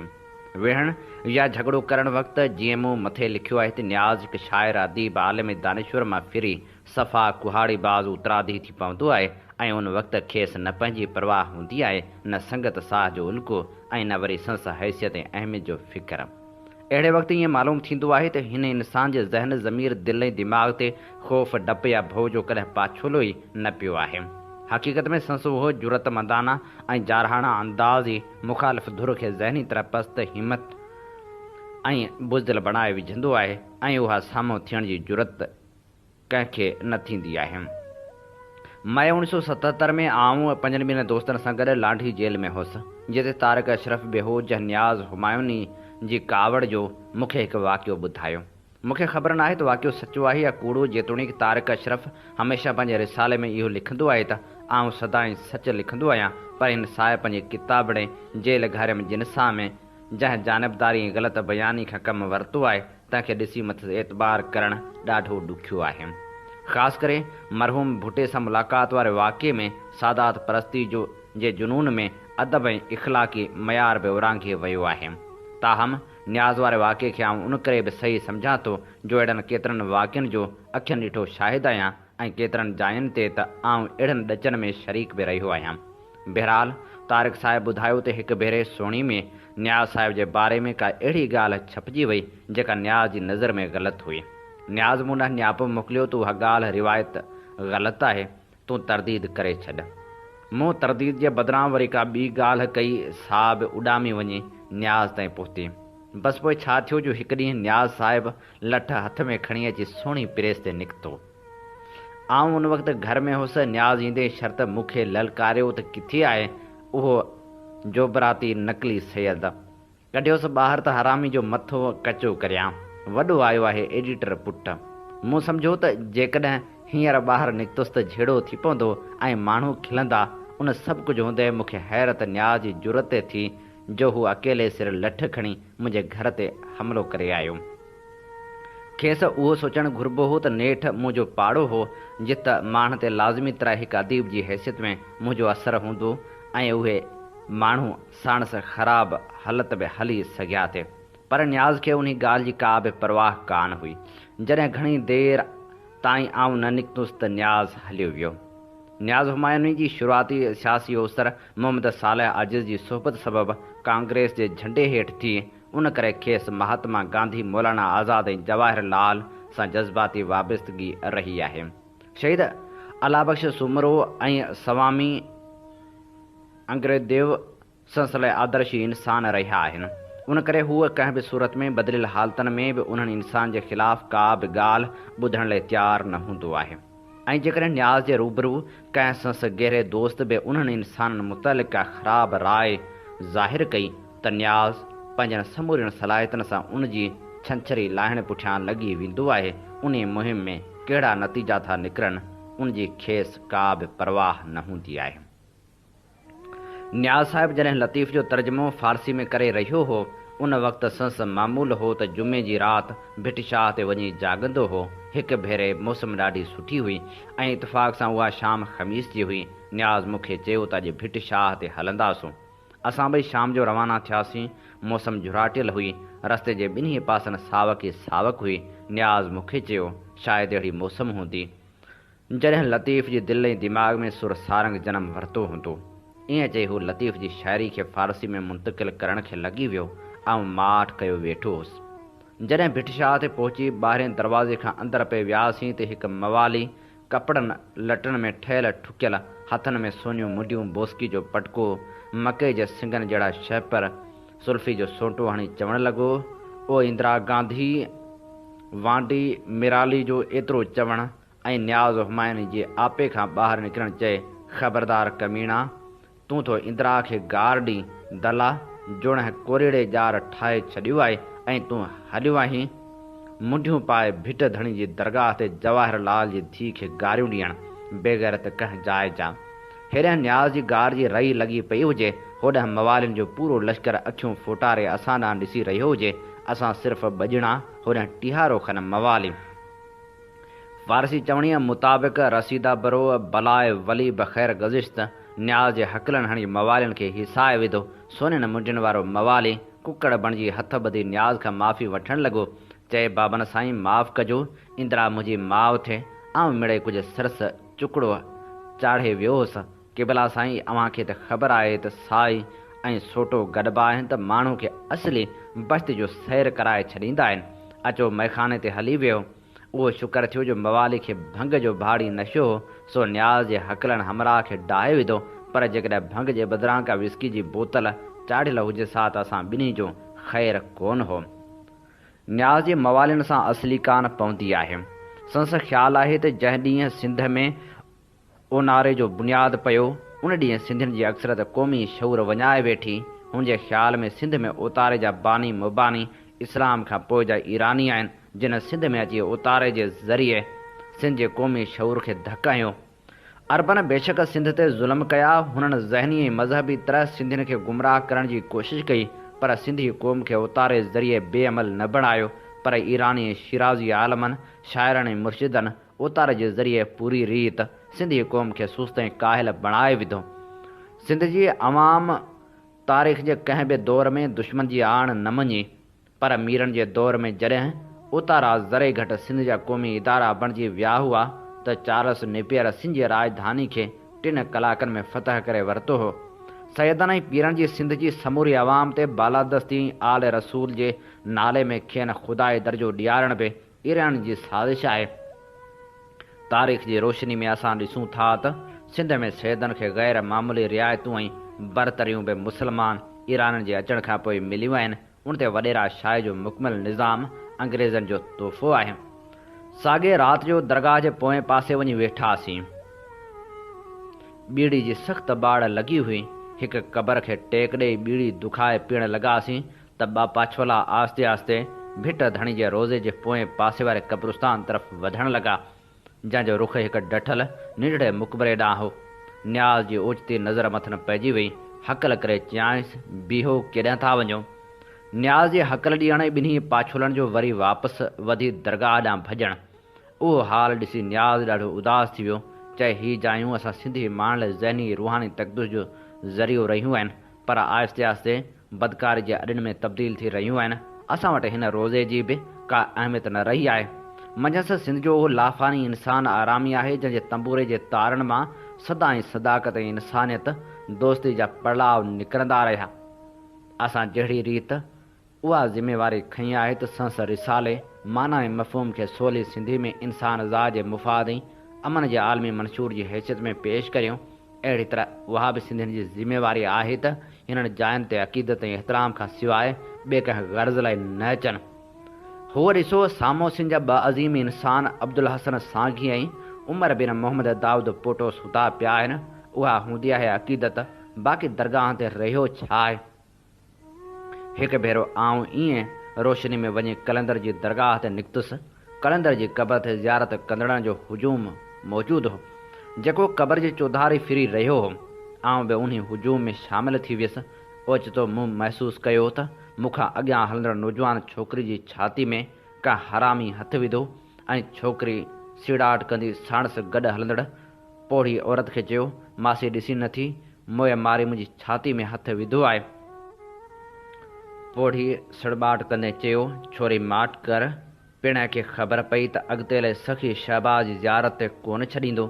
न्याज़ ॾाढी उदासाई सां गॾु टोक वारे अंदाज़ में चयो, उहा माजरा ॾिसी कलिंदर बाबति मशहूरु रिवायत यादि आई, जंहिंमें चयो वियो हो त जंहिं राति कलिंदर सिवण में आयो हो, उन राति बि कारी जी नियत वारा सभु मर्द नामर्द बणिजी विया हुआ। असां अञा ई ॻाल्हियूं कयूं वेठे त हिकु हमराह अची निकितो, ॾाढी कावड़ में चवणु लॻो, दरगाह जो बि एतिराम कोन अथव, उते बि बीड़ी छिकण खां रही नथा सघो। न्याज़ मूंखे कन में चयो, उहो सवेर खे भॻल जोड़ी जो नर पखी अथई। हमराह जॾहिं वेझो आयो तॾहिं न्याज़ चयो, संभाले ॻाल्हाए यज़ीदी, सैदन जो बि ख़्यालु नथो अचे। न्याज़ जो एतिरो चवणु ऐं हमराह जो असांजे पेरनि ते किरणु, हुज़ूर हिन ख़ताकार खे माफ़ करियो, कंहिं सेल्फी सुई जी ज़रूरत हुजे त हाज़िर करियां, एतिराम उमतियुनि लाइ हूंदो आहे, बाक़ी सिहत ॿिन्ही जहान जो आसरो आहिनि। असां सां ॻाल्हाइण मां अंदाज़ो लॻायो त हमराह सिंधी न आहे। न्याज़ पुछो, केरु आहीं? चए, साईं पंजाबी, 10 सालनि खां दरगाह जी मटी भरींदो अचां ऐं सैदन जूं ॿकरियूं बि चारींदो आहियां। एतिरो ॿुधण ई न्याज़ जो तपी बाह थियणु, हरामियो सॼी सिंध ते कब्ज़ो कयो थो, असां सम्झो त भिटाए जी दरगाह बचियल हूंदी। हैदराबाद हलो, हैदराबाद हलण वारो अचो। कैलेंडर होको ॾेई रहियो हो। असां बि होको ॿुधी पिरह फुटी वेले वापसी जो सोचे दरगाह खां ॿाहिरि निकितासीं। 4 वॻे बस में वेही रहियासीं। बस में वेहण शर्त असांखे निंड अची वई। ख़्वाब में असांजो हैदराबाद जो सफ़र जारी रहियो। ओचितो न्याज़ जी अखि खुली, वाच में ॾिठाई त 6:15 थिया आहिनि ऐं बस जी इंजण में मस जान पई आहे। हिकिड़ो मवाली कट ड्राइवर ड्राइविंग सीट ते वेठो हेॾां होॾां ॾिसी रहियो आहे ऐं कंडक्टर माण्हुनि खां भाड़ो पियो वठे। उहा हालत ॾिसी न्याज़ जो पारो हिकदमि चढ़ी वियो। कंडक्टर जीअं ई वेझो आयो, न्याज़ साहिब पंहिंजे बुफ जो स्लीपर लाहे मथो शुरू थी वियो ऐं उन सां गॾु ड्राइवर खे बि सिंधी लुगत जे समूरियुनि गारियुनि सां नवाज़णु शुरू कयाईं। चए, हलो हैदराबाद सभिनी खां चालान करायां, बदमाशो अवां मुंहिंजो कोरट जो वक़्तु वञाए छॾियो। उहो जुमिलो ॿुधी कंडक्टर ऐं ड्राइवर सम्झी विया त हमराह मिड़ई कंहिं चङे ख़ासे कोरट जो जज आहे। सो कंडक्टर मार बि खाईंदो वञे ऐं न्याज़ जे पेरनि ते किरी माफ़ी बि पियो वठे। तेसिताईं मवाली कट ड्राइवर बि अची निकितो। ड्राइवर को ज़िंदा दिलि ऐं ॼाणू थिए ॾिसण में आयो त हथ ॿधी चयो, हुज़ूर हीउ पाकिस्तान आहे, हिते ॾेखार बि हिकिड़ी शइ आहे त ॾिबी ॿी शइ आहे।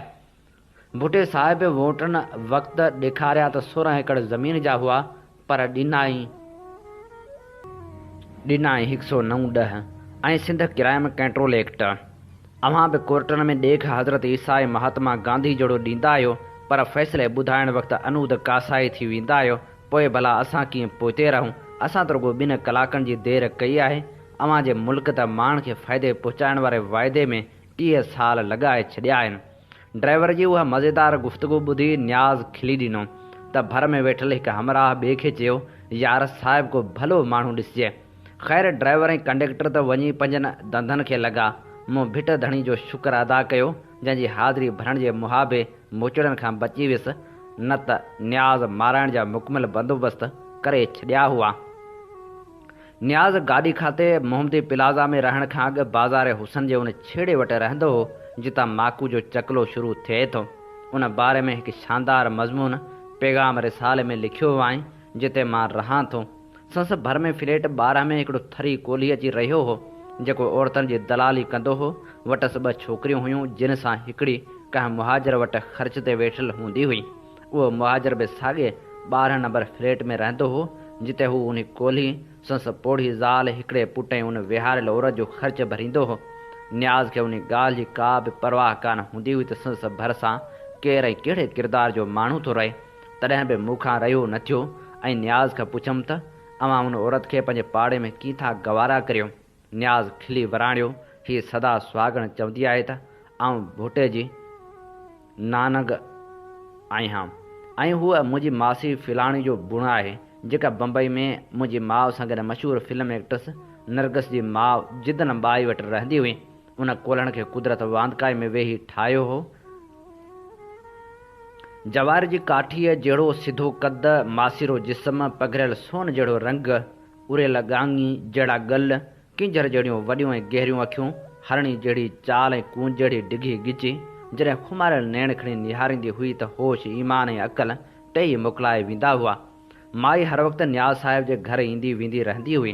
संस चवण हो त हू कंहिं वक़्तु सुठो ॻाईंदी हुई, पर जॾहिं असां खेसि ॾिठो तॾहिं हू पाण साॻी जो ग़ज़ल लॻंदी हुई ऐं संस जिस्म जो हर उज़वो मौसीक़ी जे मंदर तां महसूसु थींदो हो। पर संस आवाज़ दरे घटि मीर अली अहमद टालपुर जे आवाज़ जहिड़ो थी वियो हो। संस ख़र्च भरींदड़ मुहाजिर, ठेकेदार कद में बोनो, बुत में ख़ान, कयूं में रंग में ईदी अमीन जहिड़ो हो। माई न्याज़ में ॾाढी दिलचस्पी वठणु शुरू कई, पर न्याज़ साहिब बावजूदु शाइर हुजण जे चाहींदो हो त उहे माण्हू पाड़ो छॾे वञनि त चङो।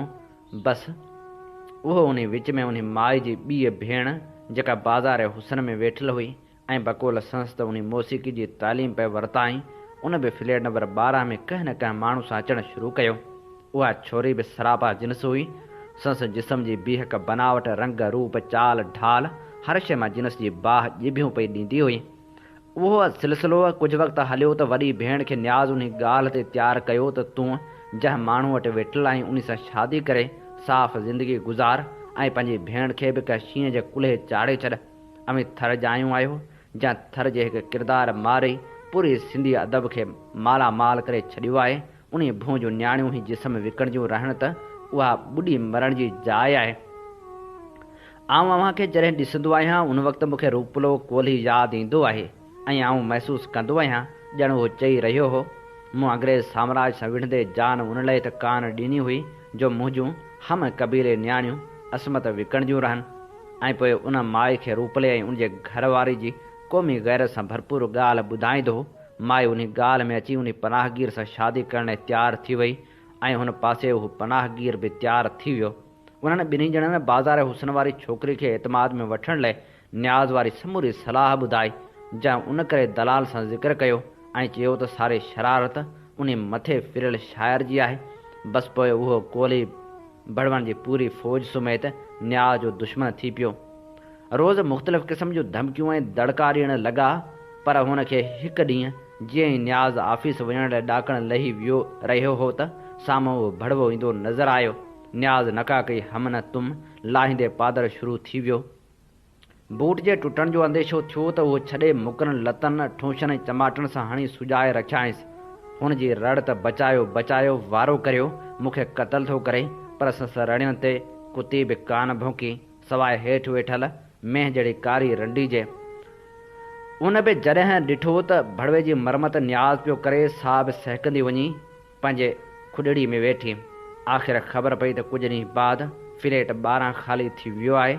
न्याज़ साहिब पंहिंजी मुड़सीअ ऐं हिमत सां पंहिंजो पाड़ो त पाक कयो, पर असां ॿई हिकु सुहिणी सूरत ॾिसण खां महरूम थी वियासीं, जंहिंजो जिस्म साॻी जे ग़ज़ल जी तस्वीर हुई, जंहिंजे हर उज़वे मां नीम क्लासिकी मौसीक़ी जूं मधुर धुनूं निकिरंदियूं हुयूं, मंडल खे वजद में आणे छॾींदियूं हुयूं। यूसुफ टालपुर जे भाउ जी शादी जे मौक़े ते न्याज़ जी हंगामा आराई बि हिकु यादगार वाक़ियो आहे। यूसुफ टालपुर जे भाउ जी शादी हुजे, जंहिंमें सारे सिंध जे मोज़िज़ माण्हुनि खे दावत ॾिनी वई हुई। हैदराबाद जो DC ऐं SP, DIG सिंधी असेंबली जा मेंबर वग़ैरह मौजूदु हुआ। मौसीक़ी जी महफ़िल में फ़क़ीर अब्दुल गफ़ूर खां फरमाइश कई वई त अयाज़ जी मशहूरु वाई सिंधड़ी खे सिर केरु न ॾींदो ॿुधाए। फ़क़ीर अब्दुल गफ़ूर वाई ॻाईंदे विच में ऑफिसरनि ऐं मेंबरनि खे ख़ुशि करण लाइ पंहिंजे तरफ़ां वधायो त सिंधड़ी खे सिर केरु न ॾींदो, अदा पाकिस्तान खे सिर केरु न ॾींदो।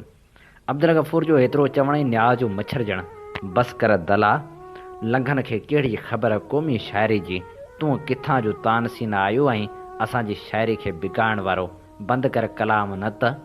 ऑफिसरनि खे ख़ुशि करिणो हुई त का रंडी या नाचू छोरो गॾु वठी अची हा। माण्हू सभु हैरान ऐं परेशान। न्याज़ पंहिंजी दुनिया में मस्तु नेठि फ़क़ीर अब्दुल गफ़ूर खां कलाम ख़तमु करायो वियो, जेतोणीकि उन वक़्तु न्याज़ ऐं अयाज़ पाण में कोन ठहंदा हुआ, तॾहिं बि न्याज़ जो उथी इहो चवणु त अहिड़ी शाइरी सॼी सिंधी आवाम जी मिल्कियत आहे। मुल्क में मार्शल लॻण खां पोइ जायुनि जे मालिकनि मार्शल जे नाम निहाद सख़्ती जो फ़ाइदो वठी मसवाड़ियुनि खे तंग करणु शुरू कयो। न्याज़ हुमायूनी हसन अली मेंशन जे हिकु फ्लैट में मसवाड़ ते रहंदो हो। उहा मेंशन असल में हिकिड़े मेमन सेठ जी हुई, जंहिं कुंभण सैद खे विकिणी ॾिनी। बिल्डिंग जीअं त कंहिं नाम निहाद शराफ़त वारी जाइ ते कान हुई, उन करे इब्तिदा में उन जे फ्लैट जी मसवाड़ ॾाढी सस्ती हुई, यानी 2 कमरनि जो फ्लैट, बाथरूम, लेट्रिन, पाणी, बिजली ऐं बुर्जी खाने समेत 80 रुपया माहवार मसवाड़ में मिलियो थे। न्याज़ ऐं किन ॿियनि माण्हुनि उहे फ्लैट मसवाड़ी वरिता जेके लगातार संदन कब्ज़े में रहंदा पिया हुआ। जॾहिं मालिक तब्दील थियो त नए सैद मालिक चाहियो त बिल्डिंग नशे जे वापारियुनि ऐं ॻाइणियुनि खे ॻरीनी मसवाड़नि ते ॾिनी वञे। उन लाइ सैद सॻोरे अॻु में वकील जी मार्फत मसवाड़ियुनि खे नोटिस ॾियारिया ऐं पोइ नाजाइज़ कब्ज़े ख़िलाफ़ कोर्ट में वियो। कोर्ट सभिनी मसवाड़ियुनि जे ख़िलाफ़ फ़ैसिलो ॾिनो सवाइ न्याज़ हुमायूनी जे। सैद सॻोरी मथीं कोर्ट में अपील करण सां गॾु ॾाढ मुड़सी जो मुज़ाहिरो शुरू कयो। हेॾे न्याज़ हुमायूनी बि सफ़ा ॾंडे ते लही आयो। सैद सॻोरे वञी किन गुंडनि जे सरदारनि सां लाॻापो क़ाइमु कयो ऐं उन सां गॾु पाणी ऐं बिजली बि बंदि कयाईं। पाणी ऐं बिजली जो हल त न्याज़ साहिब ॻोल्हे लधो। बाक़ी गुंडनि सां निबरण खां सवाइ हिकु ॾंडे ऐं कुहाड़ी जे को बि इंतज़ाम न कयाईं ऐं न वरी मदद लाइ किन दोस्तनि सां राबितो ई क़ाइमु कयाईं। जॾहिं असांखे ख़बर पई तॾहिं मूं ऐं सिंध यूनिवर्सिटी जे शागिर्दनि संगत जे सदर जनाब ग़ुलाम शबीर लाखे खेसि मदद करण जी आछ कई, पर टारे छॾियाई त जॾहिं ज़रूरत पई तॾहिं तव्हांखे चवंदुसि। हिकु ॾींहुं इतफ़ाक़ सां शाह साहिब बि पाणी ऐं बिजली बंदि करण लाइ उन वक़्तु अची निकितो जॾहिं न्याज़ अञा ऑफ़िस कोन वियो हो। शाह ते न्याज़ जी नज़र पई, ॼण ॾेभिन जे मानारे में खड़ो लॻी वियो। गोॾ ऐं कंजी पातल ॾंडो हथ में अचो थो शाह जे पुठियां पवे। मतां वियो आई ईरानी तुख़म तुंहिंजी त। हाणे हालत ही जो शाह अॻियां न्याज़ पुठियां। अची म्याणी रोड ते निकिता जितां सैद सॻोरे मार्केट थाणे जो घस वरितो। बसि उहो ॾींहुं थियो। वरी शाह न्याज़ जी गैर मौजूदगी में वरी पाणी बिजली बंदि करणु कोन आयो। अलबत्ता केस ऐं काउंटर केस हलंदा रहिया। जेतोणीकि न्याज़ यके सर बहादुर मुड़ुसु थियो मुंहुं ॾियो वेठो हो, पर पोइ बि सिंध में रोज़ाना बरसती ॾेढनि वांगुरु पैदा थियण सक़ाफ़ती तहज़ीबी ऐं अदबी अंजमन मां कंहिं हिकु ॿिए संस इख़लाक़ी मदद कान कई। तोड़े जो न्याज़ हुमायूनी अकेले सिर पंहिंजे फ़िक्र ऐं फ़न ज़रिए उन्हनि सभिनी जमायतनि जे मेंबरनि जे गॾियल अहलियत ऐं सलाहियत खां मथे आहे। शायदि उन्हनि जमायतनि जे कोताह कामत दानिश्वरनि ऐं फ़नकारनि खे न्याज़ जी उहा बेनियाज़ी न वणंदी हुई। आउं सोचींदो आहियां अहिड़े बेनियाज़ माण्हू पंहिंजो तख़लुस न्याज़ कीअं रखियो। न्याज़ जो ज़िद बि पंहिंजी सख़्ती ऐं शिदत जे करे पंहिंजो मिट पाण आहे। हुन जेकॾहिं हिकु भेरो कंहिं शइ खां इनकार कयो त पोइ दुनिया जी का बि ताक़त खेसि इक़रार करण ते आमादा नथी करे सघे। पोइ उन इनकार जे करे खेसि खणी केॾो ऐं केतिरो नुक़सानु बर्दाश्त छो न करिणो पवे, ऐं उहो नुक़सानु माली हुजे या दोस्तनि जी नाराज़गी जी सूरत में सम्झां थो। 1973 में साईं जीएम सैद जी सालगिरह जो जलसो बुरगड़ी हाउस हैदराबाद में थियो हो, जंहिंमें कुझु अहिड़ा माण्हू शरीक थिया जिन खे न्याज़ ज़हनी तरह सख़्त नफ़रत जी नज़र सां ॾिसंदो हो। जॾहिं न्याज़ जलसे गाह में पहुतो ऐं संस नज़र उन माण्हू ते पई त फ़ौरन वापसि वरियो। जीएसएन जे कारकुननि खेसि ॾाढियूं मिंथूं मेड़ियूं पटका पलांद कया त साईं महिरबानी करे वेहो, सैद जी सालगिरह जो बाइकाट न करियो, पर ॿियो थियो ख़ैर। न्याज़ न मुड़ियो, हलियो वियो। उहो ॾींहुं अॼोको ॾींहुं जीएसएन या कंहिं ॿी तनज़ीम जे जलसे या गरजाणी में शरीक थियण जो सुवाल ई पैदा नथो थिए, सवाइ कंहिं अहिड़ी गरजाणी जे जंहिंमें साईं ख़ुदि मौजूदु हुजे। अहिड़ी हिकिड़ी गरजाणी नूरमहमद हाई स्कूल जे ग्राउंड में थी। साईं जीएम सैद सदारत करे रहियो, न्याज़ बि वञी शरीक थियो। भुटे साहिब जो इब्तिदाई दौरु हुजे। सिंध जा समूरा दस्तार बंद अदीब ऐं पंहिंजनि ॿिरनि में घिड़ी वेही रहिया हुआ ऐं पीपल्स पार्टी जी झोली में ईअं वञी किरिया हुआ जीअं जवानी जे जोश में जलंदड़ हुसन इश्क जे बेताब भाकुरनि में किरंदो आहे। अहिड़े दौर में साईं जीएम सैद 4 मार्च जे जलसे जी सदारत लाइ मुस्लिम हॉस्टल जे ग्राउंड में बंदूकनि ऐं कुहाड़ियुनि जी सलासी में पहुतो। हज़ार हा माण्हुनि जी मौजूदगी में न्याज़ अब्दुर्रहमान आलमानी मरहूम ऐं आउं बि वञी पहुतासीं। नौजवान जो न्याज़ खे ॾिठो सो वठी शोर कयाऊं त न्याज़ स्टेज ते अची शेर पढ़े। न्याज़ स्टेज ते वियो ऐं पंहिंजो मशहूरु नज़म तुंहिंजो इश्क उतां साईं हर जाबर जी ज़ात अॻियां तुंहिंजो कंद झुकण जो नाहे कंहिं बि लात मनात अॻियां। ॾाढे सोज़ ऐं तुरनम सां पढ़ियो। पोइ शहर मथां शहर जूं फरमाइशूं थींदियूं वियूं। न्याज़ पढ़ंदो रहियो। लखनि जो हुजूम स्टेज ते सैद जी मौजूदगी न्याज़ खे बेख़ुद ऐं मस्तु बणाए छॾियो। हू हर ख़तरे ऐं ख़ौफ़ खां बेनियाज़ पूरो कलाक शहर ॿुधाए स्टेज तां हेठि लथो। ॿिए ॾींहुं सुबुह जो अख़बार इबरत में फ़ोटो छपियो। GM सैद, ज़फ़र अली शाह, न्याज़ हुमायूनी, यूसुफ लेगारी ऐं हफ़ीज़ कुरैशी चौथी मार्च जे जलसे खे ख़िताब करे रहिया आहिनि। उन सिलसिले में न्याज़ जे बाला अमलदारनि लाहौर खां इंक्वायरी ऑफिसर मोकिलियो। इंक्वायरी ऑफिसर खे न्याज़ जो हिकु ई जवाबु हो त आउं नौकिरी छॾे सघां थो, पर सैद सां नातो टोड़े नथो सघां। नेठि घणी रीढ़ पीढ़ खां पोइ उहा इंक्वायरी ख़तमु कई वई, पर न्याज़ पंहिंजे मौक़िफ़ तां न हटियो। न्याज़ असल शइ वञी हिन मुल्क जे मजाज़ी ख़ुदाउनि खे कोन मञे। ॿियो त ठहियो, पर उन्हनि मां हिकु मजाज़ी ख़ुदा जी तस्वीर लाइ न्याज़ खेसि ॾाढा ज़ोर भरिया त संसि तस्वीर पंहिंजे ऑफिस में टंगे छॾ। न्याज़ ठुप जवाबु ॾिनो त मूं औकात नौकिरी जो मुआहिदो ज़रूरु कयो हो, पर उन कड़े कम जो कॾहिं बि इक़रार कोन कयो हुउमि। उन करे माठि रहो त वाह, न त नौकिरी जी टोकरी अव्हां खे आहे, असां ईअं चङा आहियूं। शेख अयाज़ सिंध यूनिवर्सिटी जो वाइस चांसलर थी आयो। हुन पंहिंजा किन नाआक़िबत अंदेशनि सलाहकारनि जे चवण में अची स्टूडेंट फेडरेशन जे शागिर्दनि ऐं हमदर्दनि ख़िलाफ़ वठ पकड़ लाइ ॾिनी। केतिरनि खे गिरफ़्तार करायो वियो। केतिरा शागिर्द यूनिवर्सिटी में पढ़ण खां नाअहल करार ॾेई कढिया विया। अयाज़ जे उन्हनि लाआक़िबत अंदेशनि क़दमनि ख़िलाफ़ GS स्टूडेंट फेडरेशन जवाबी एहतिजाज शुरू कयो। अयाज़ जी हिमायत में सिंधी अदीबनि शागिर्दनि जी मज़मत में हिकु बयानु जारी कयो। उहो बयानु मुख़्तलिफ़ अदीबनि जे सयनि सां सिंगारबो न्याज़ हुमायूनी वटि पहुतो। न्याज़ सही करण खां अज़मती इनकार करे छॾियो। चयो उहे शागिर्दी आहिनि जिन हर दौर में सिंध ते थींदड़ ज़ुल्मतनि जे ख़िलाफ़ बहादुराना जंग कई आहे। वॾी ॻाल्हि त उहे शागिर्दी आहिनि जिन जे कुल्हनि ते चढ़ी तरक़ी पसंदि अदीब अॼु हिन मंज़िल ते पहुता आहिनि।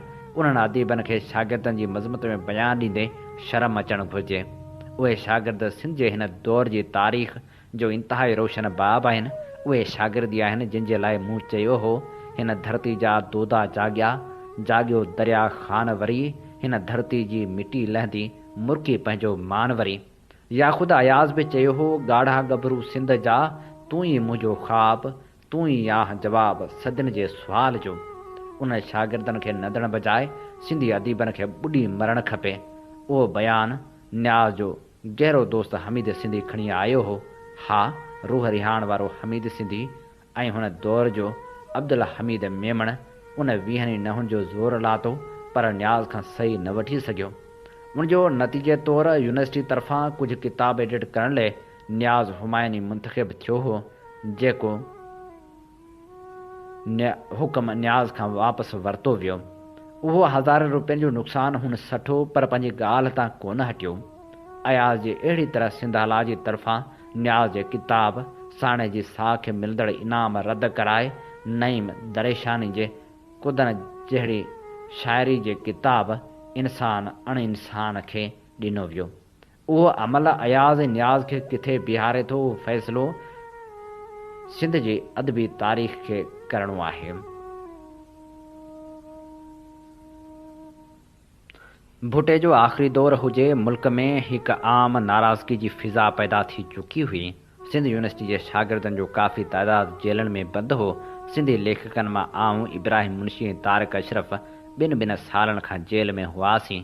उन वक़्तु सिंध जे वॾे वज़ीर ग़ुलाम मुस्तफ़ा जतोई सिंध जे किन वटक अदीबनि जी मार्फत सिंधी अदीबनि खे चीफ मिनिस्टर हाउस में अची साणुसि मिली सिंधी अदीबनि जे मसइलनि ते ॻाल्हाइण जी दावत ॾिनी। दावत छा मिली? सिंधी अदीब नओं सूट सिबाइण लाइ सिंध यूनिवर्सिटी जूं कुझु निगरियूं जेके ॿ-4 कहाणियूं उबती ग्रामर में लिखी चोटी जूं लेखिकाऊं बणिजी वियूं हुयूं, मौसम आहिर मेकअप जे सामान ऐं साड़ियुनि जे रंगनि जी चूंड में लॻी वियो। उन सिलसिले में न्याज़ जो गहरो दोस्त अल्ताफ़ अब्बासी न्याज़ वटि वियो त हिन सरगस में अव्हां जो हलणु तमामु ज़रूरी आहे, छो त सिंधी अदीबनि जा तमामु अहम मसइला बहस हेठि ईंदा। उते सभिनी अदीबनि जो हिकु गॾियल आवाज़ु हुजणु ज़रूरी आहे। उन्हीं अदबीअ सर्कस में कंहिं संजीदा माण्हू ऐं मसइले जी का बि गुंजाइश कान्हे। उन करे मुंहिंजो हलणु बेफ़ाइदा आहे। मूंखे यकीन आहे त सभई अदीब जतोई साहिब जी क़यादत ते मुकमल एतमाद जो इज़हार कंदा ऐं मुंहिंजे ज़हन में उन वक़्तु खंजर टुंबजी वेंदा जॾहिं आउं उन कुर्सी ते जतोई जहिड़े माण्हू खे ॾिसंदुसि जंहिं कुर्सी ते तारीख़ जे हिकु दौर में अंग्रेज़ साम्राज्य जे अखियुनि में अखियूं विझी ॻाल्हाईंदड़ शहीद सिंध अलाबख्श सुमरो वेठो हूंदो हो। मुंहिंजे लाइ अहिड़े वफ़द में शरीक थियणु नामुमकिन आहे। नेठि मुक़ररु ॾींहं ते अदबी कारवां रवानो थियो, बिल्कुलु अहिड़ी तरह जहिड़ी तरह ॿहिराड़ी जा माण्हू ॿारनि समेत पीरनि जी ज़ियारत लाइ रवाना थींदा आहिनि। उते सिंधी अदीबनि कहिड़ी कहिड़ी गोहर अफ़शानी कई, उनजे उटार न करण ई बहितरु आहे। जेल मां आज़ादु थियण खां पोइ मूंखे सिंध हालाजी वारे अब्दुल क़ादिर जुनेजे ॿुधायो त सिंधी अदीबनि जे मसइलनि ते यूनिवर्सिटी जी हिकु माई लैला बाना ॻाल्हायो। बाक़ी सभु जतोई साहिब जी ख़िताबत ऐं इंतिज़ाम जी साराह कंदा रहिया। मोट में किन खे खारण जूं परमिटूं मिलियूं, किन जे मेकअप जी साराह थी, किन खां पुछियो वियो त तव्हां वरी अदीब कीअं थियो। अहिड़ी रीति टीह दुनिया जे बाज़मीर अदीबनि जो काफ़िलो ख़ैर सां खटे वापसि मोटियो। बाक़ी साईं सां उहा हालत कयाऊं जेका हालत वासी गॾु सिंगरण सां कंदो आहे। न्याज़ सां मुंहिंजा लाॻापा हमेशह न्याज़ मंदाणा रहिया आहिनि ऐं आउं संस ज़रे घटि घर भाती आहियां, पर कॾहिं कॾहिं मुंहिंजे बारे में बि अहिड़ो बर्ताव कंदो आहे जो हैरत थींदी आहे। मूं पंहिंजो किताब क़ौमी तहरीक संस नाले मनसूब कयो आहे। उन किताब जी छपाई खां तुर्त पोइ शेख मुजीबुर रहमान जी वरसी जी सदारत करण जे ॾोह में मूं ते वारंट निकिता। आउं उन वक़्तु ईद जे करे ॻोठ वियल हुअसि। पुलिस मूंखे ॻोल्हण लाइ न्याज़ वटि पहुती। उन ॻाल्हि मुंहिंजे ख़िलाफ़ु संस दिलि में कटर विहारे छॾियो। ख़ैर मूंखे रूपोश कोन थियणो हो। उन करे 28 अगस्त 1979 ते दादू शहर में उन वक़्तु गिरफ़्तार थी पियुसि जॾहिं आउं लतीफ़ ॾींहं में शरीक थियण लाइ वञी रहियो हुअसि। गिरफ़्तारी खां पोइ मूंखे सिटी लॉकअप में काफ़ी ॾींहं रखण खां पोइ सेंट्रल जेल हैदराबाद मोकिलियो वियो। उन्हीअ समूरे अरसे दौरान मुंहिंजे ज़ाती दोस्तनि खे ख़बर न पइजी सघी त आउं किथे ऐं कहिड़े हाल में आहियां। हिकु ॾींहुं मुंहिंजो प्यारो दोस्त ख़ालिक न्याज़ वटि अची निकितो त मुंहिंजे बारे में मालूमात हासिल करे। ख़ालिक जो मुंहिंजे बारे में पुछण ऐं न्याज़ जो गरम थियणु, मुंहिंजो घर को थाणो या जेल आहे जो आरिसर जो हिते पुछण आया आहियो। मूंखे ख़बर न आहे त आरिसर किथे आहे। कुझु ॾींहं खां पोइ जेल मां मूं न्याज़ ॾांहुं ख़त लिखियो त ॾाढो कुर्बाइतो जवाबु मिलियो, जहिड़ो कर कॾहिं गुस्सो थियो ई कोन हो।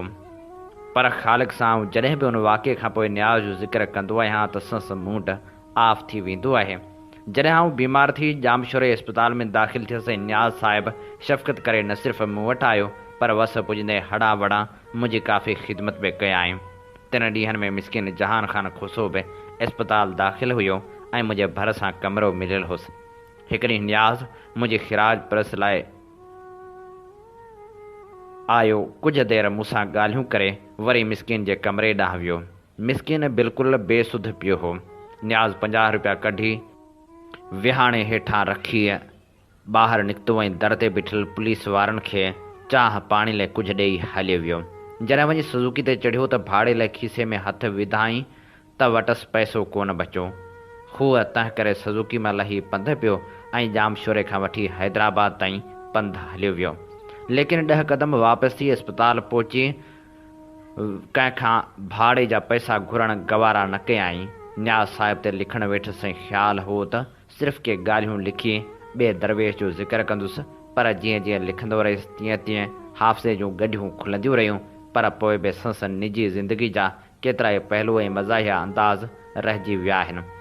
बाक़ी संस अदबी इल्मी ऐं शाइराना हैसियत ते तबसरो या ख़्यालु आराई हिन मौज़ू खां ई ॿाहिरि आहे जंहिं ते कंहिं ॿिए भेरे लिखंदुसि। हीअ असीं जी ख़िदमत में पेश करे रहिया हुआसीं सिंध जे मज़ाहिमती शाइर ऐं अॾोल इंसान न्याज़ हुमायूनी जो ख़ाको।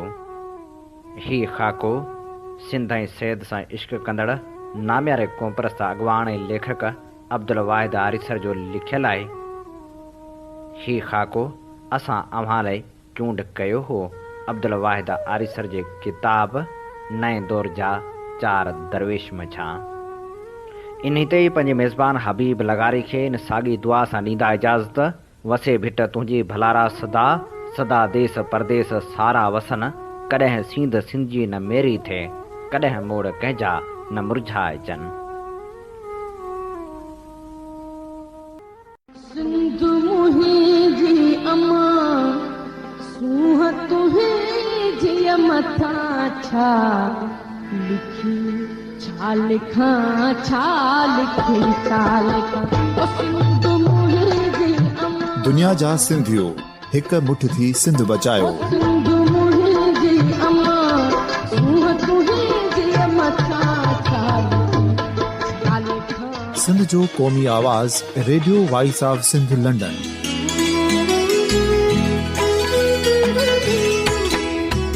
Radio voice of Sindh London पंहिंजी नशरियात में सिंध जी सियासत, समाज, इक़्तिसादियात, तारीख़, क़ौमी उमंगुनि ऐं इख़्लाक़ियात मुतलिक़ सिंध जी हक़ीक़ी तर्जुमानी कंदे प्रोग्रामनि खे असराइतो बणाइण लाइ सिंध जे घण घुरनि ऐं धरतीअ सां प्यार कंदड़ अदीबनि, दानिश्वरनि, सहाफ़ियुनि, उस्तादनि, वकीलनि ऐं हर तबिके जे मानवारनि सजणनि खे सिंध में शऊरी इनकलाब लाइ सहकार जो सॾु ॾियूं था।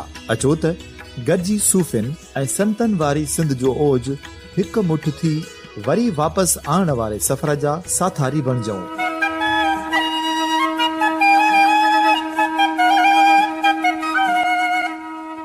हिकु नए सुबुह जी शुरूआत जो पड़ाॾो घर घर, ॻोठ ॻोठ ऐं शहर शहर ताईं पहुचायो। शाल सिंध आबाद ऐं ख़ुशहाल थिए, सिंधी माण्हू सुखियो ऐं सताबो थिए।